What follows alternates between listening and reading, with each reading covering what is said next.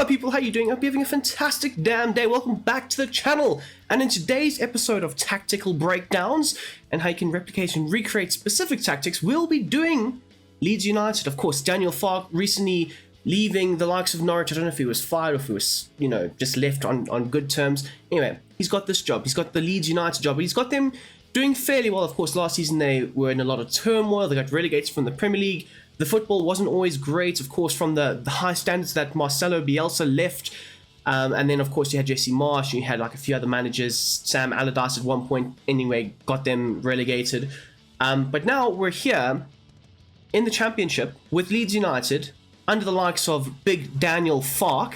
And he has got them playing some really good football. So, of course, he does normally set out in a 4-2-3-1 system, which is exactly what Leeds United have done here. And as well as that, I will also show you how you can try and have this very fast-paced, fluid counter-attacking system that they do also look to try and take up in certain moments in a 4-4-2 system. So we'll also discuss that.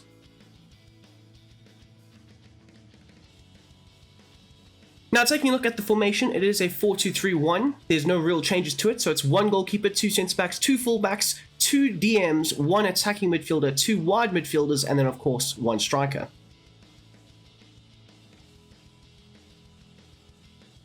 Now, for the tactical vision under Daniel Farke, I think the best possible tactical vision to go with, apart from custom, would be wing play. Of course, I did try gegenpressing, and it does have them pressing very effectively when you require them to, but at the same time, the offensive structures that it has set out doesn't really suit it. But wing play, on the other hand, does a very good job. So, on the defensive side of things, the defensive style is set to pressing on heavy touch. So, when the opposition make a mistake, you'll see that the Leeds United forward line will try and, pounce that mistake, overload in certain areas, try and flood the opposition's half with just white shirts all around them, trying to win that ball back, and then obviously transition into the quick attacking fluid football that we tend to see.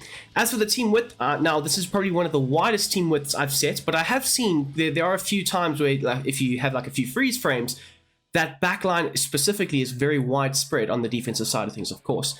Trying to overload in those wide areas, preventing crosses. Of course, it does require a lot from your two DMs in the side to make sure that they are very central at times, breaking up as much play in the central areas as possible, because they are going to be very, very required when you do have such a widespread back line. As for the depth, it is set to a 75, which is borderline mid-block / wide high line.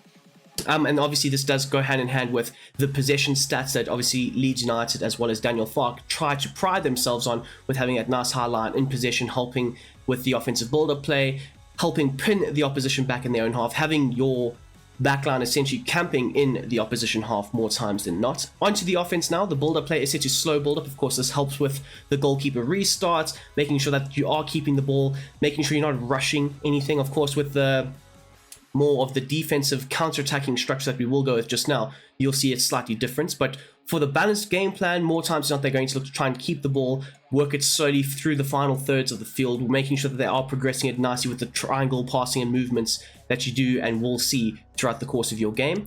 And then for the chance creation, it is set to possession. Now, of course, there was a quote that came out from Farke like a while ago, where if he could have the ball for 90 minutes, he would choose to have the ball for 90 minutes. So he's not into having his team rush certain movements or progressions. He's more or less work the ball nicely, wait for the opportunities to arrive, and then try and play into the space and work the ball into the box.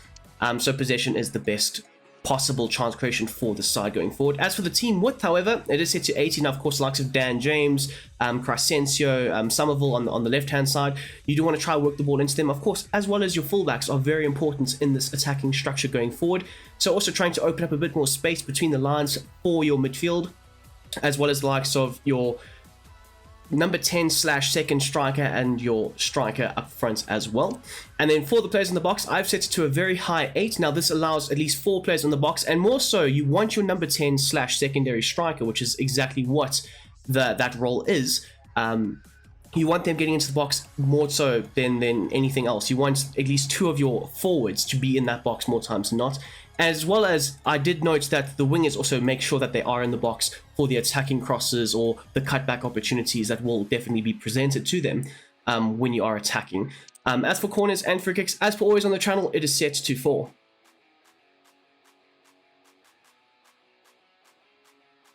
Now, in terms of the instructions, starting off at the back with Melier, the instructions for him is he is set to being a sweeper keeper, and then in terms of saving on crosses, he is quite tall, he is quite physical, can do a very good job, but sometimes he is a bit error prone. So in order to replicate that, for the saving on crosses, I've gone with a balanced approach. So yes, he can be very strong and dominant and claim those aerial balls when they are whipped into the box, or sometimes he'll look to try and punch them away, look for the immediate relief on the back line, and then obviously that can lead to a few issues. So I think the balanced approach best suits him, and then of course him being a sweeper keeper with the high line intact and whatnot, you are going to require him to be able to make those runs off of his line, reclaim the ball, circulate it back into play, make sure he is calm and composed when under pressure from the opposition's presses and whatnot.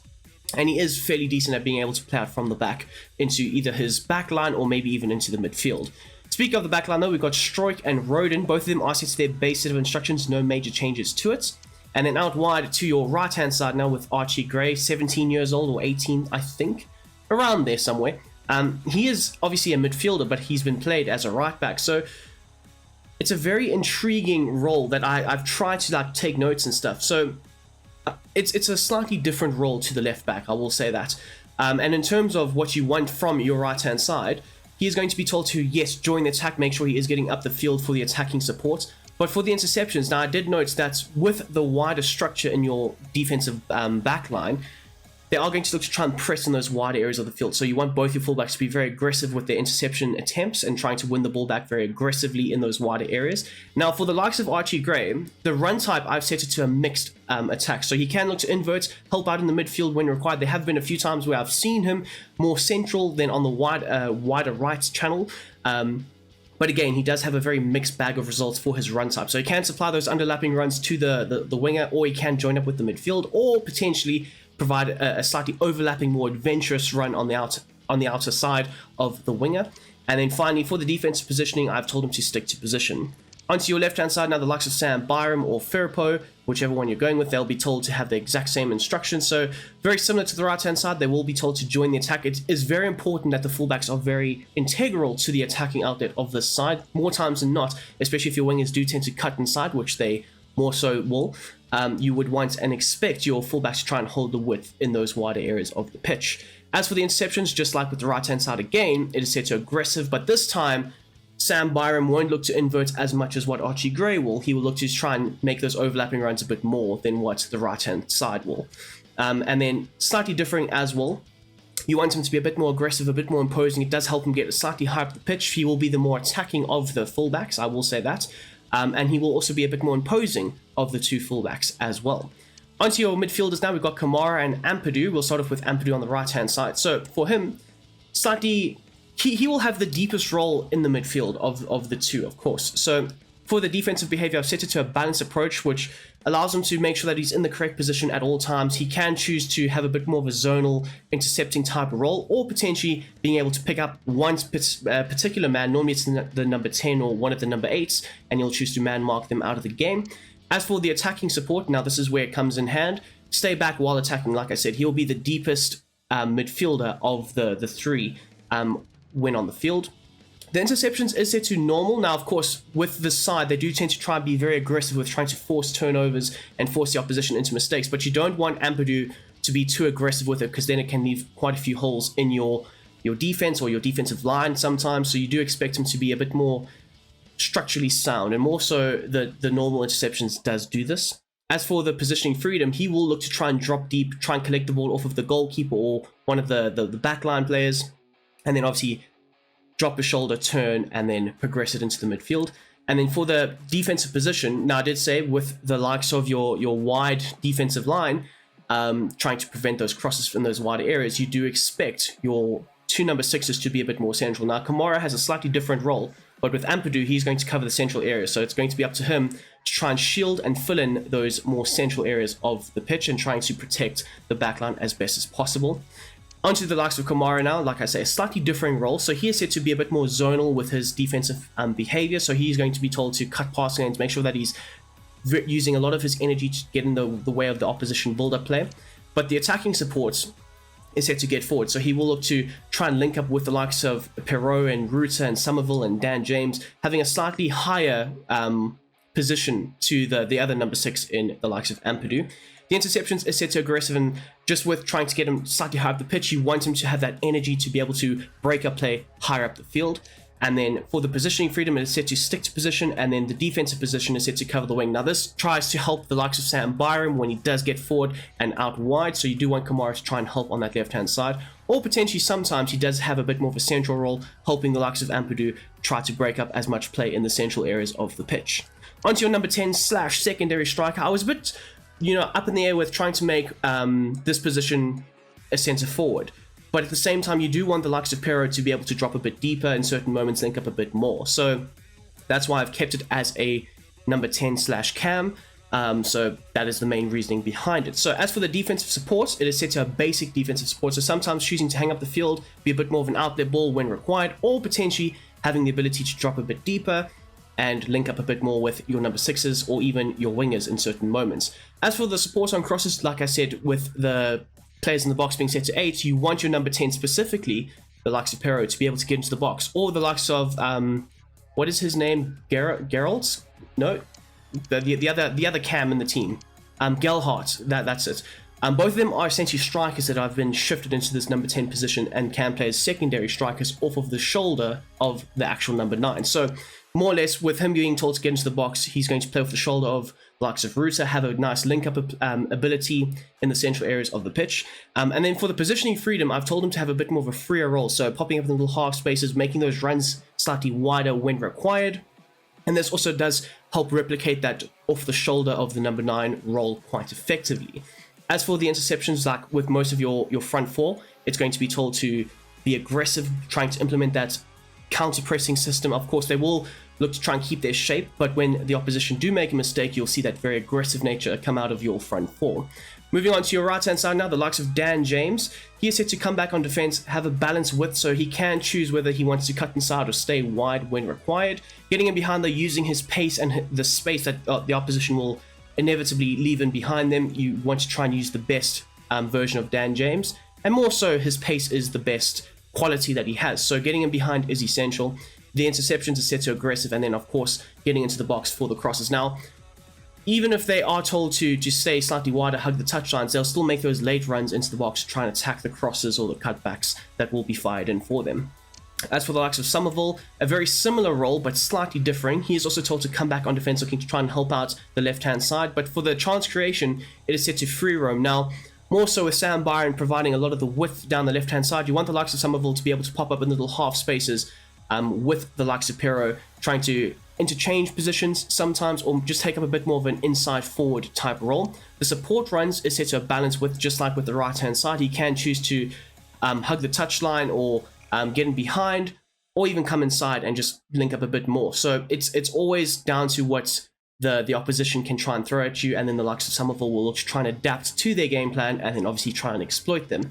As for the interceptions, it is set to aggressive, and then of course, just like with the right-hand side, you want him to be able to make those runs into the box. Now moving on to your number 9, of course, the likes of Ruta. For the support runs, I've told him to drift wide. This opens up a lot of space for your number 10 to try and act as that secondary striker and sometimes the main striker and work into that space that he will inevitably have, because the likes of Ruta has pulled centre backs or players out of position to try and open up those gaps in the defense. As for the attacking runs, I've set it to a mixed attack, so more so he does have a very good hold-up play to his game, but at the same time you want to try and use his pace. So in order to incorporate all that, as well as having the ability to play as a false 9, so if you want to try and incorporate all that, a mixed attack does best get the best out of what Ruta can offer to the side. The interceptions is set to aggressive, countlessly making those effortless runs, closing down angles or lanes, forcing errors, and then obviously capitalizing on those errors and then transitioning quite quickly. As for the defensive support, now, more times than not, I will tell my striker to stay forward, but with Ruta in this system under Farke, he doesn't mind if Ruta does drop a bit deeper and the number 10 is the furthest forward. He doesn't mind the likes of Ruta dropping deeper off of the backline, potentially pulling a player out of position, and then linking up a bit more slightly deeper with either the midfielders or the wingers, and then inevitably allowing the likes of Pero to be able to act as that out-and-out number 9.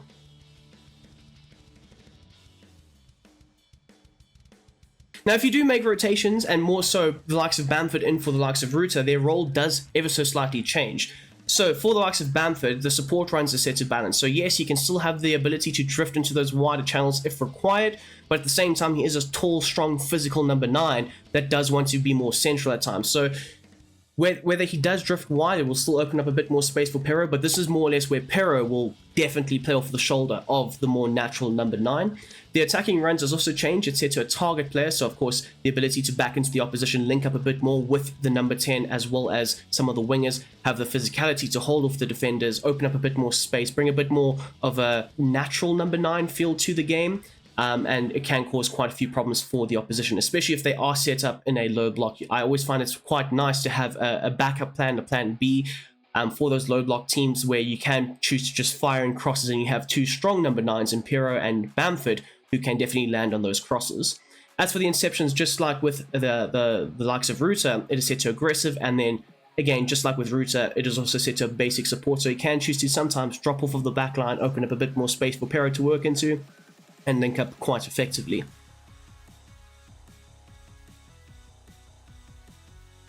Now onto your more counter-attacking fluid type role that you do tend to see quite often with this Leeds United side. Of course, the interchangeability of Somerville, Dan James, Ruta, Pero, having the ability to win the ball back and then quickly transition into the attacking third. Of course, like I said, they are more possession based, but at the same time, you have seen countless efforts of them counter-attacking and absolutely blowing the opposition out of the water.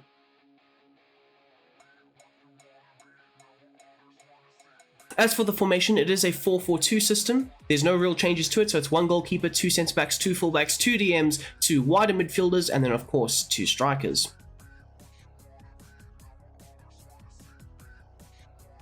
Onto the tactical side of things now. The tactical vision is still set to wing play. There's no real changes to that. The defensive style is still set to pressure on heavy touch. They will still look to try and keep their shape, and if there is a mistake made, they will look to pounce. But this time they'll pounce more effectively because they're more keen to try and make those runs in behind, make those commit those men forward, and try and obviously score those goals. The team width this time is set to a more narrow approach, set to 40, with the team depth obviously dropping into a mid to low block at times, making sure that they are very defensively solid. As for the offense, the build-up play is now set to fast build-up, so it will encourage your front four at times to try and make those runs forward and build up play quite effectively when they do have the ball. And then for the trans creation, it is set to forward runs. Now this does try and encourage as many players to get forward as possible. Of course, your 2 wider midfielders, your striker, and even sometimes one of your number 6s will make those adventurous offensive runs forward. As for the team width, it is also slightly more narrow this time. It is set to 65. With the players in the box still set to 8, and of course the corners and the free kicks, as always, still set to 4.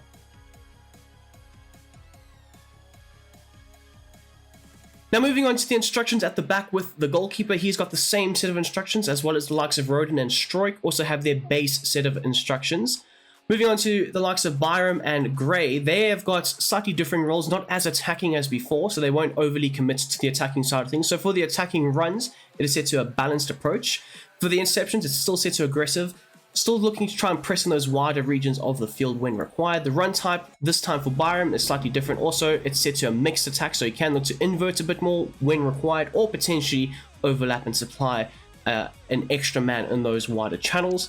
The defensive position is set to step up, as was the balanced approach. Onto the likes of Archie Gray now. He is still set to basically the same set of instructions, but this time the defensive positioning is set to a bit more aggressive. You can allow him to be a bit more aggressive as well, because he won't always look to join the attack. Into your midfield now, the likes of Ampadu and Kamara, they've got the same set of instructions, looking to try and form that shield in front of the back four. You can say it's definitely going to be a back four with the limited attacking runs that the fullbacks will make. So for Kamara, as well as the likes of Ampadu, they've got the same set of instructions, if you didn't get that the first time. Set to cut past lanes, stay back while attacking, aggressive interceptions, creating a nice work rate in the midfield when required, trying to break up and stifle as much play as what they can. And then the positioning freedom is set to stick to position and then cover the center. As for the likes of Ampadu, as you can see, it's the same set of instructions, except for the fact that he will be the chief creator at a deeper level, obviously still collecting the ball off of the back line or the goalkeeper, and then obviously still progressing it forward. I will say this though, with just a Daniel Farke system in general, you don't really want to play too many long balls. So when you do have the ball in your possession, it's more or less trying to have those short, quick interchanging passes in the central areas of the field. The only time they really spray those long balls is when there is obviously a counter-attacking opportunity, or they obviously are whipping in crosses. So keep that in mind when using these systems. Onto your wingers now, the likes of Dan James. A basic defensive support for him, so sometimes choosing to come back, other times looking to hang slightly high up the field, be a bit more of an outlet ball. He is obviously very quick. The chance creation is set to stay wide and obviously getting behind. Interceptions still set to aggressive, and then of course, just like with the balanced approach, he's still going to be told to make his way into the box.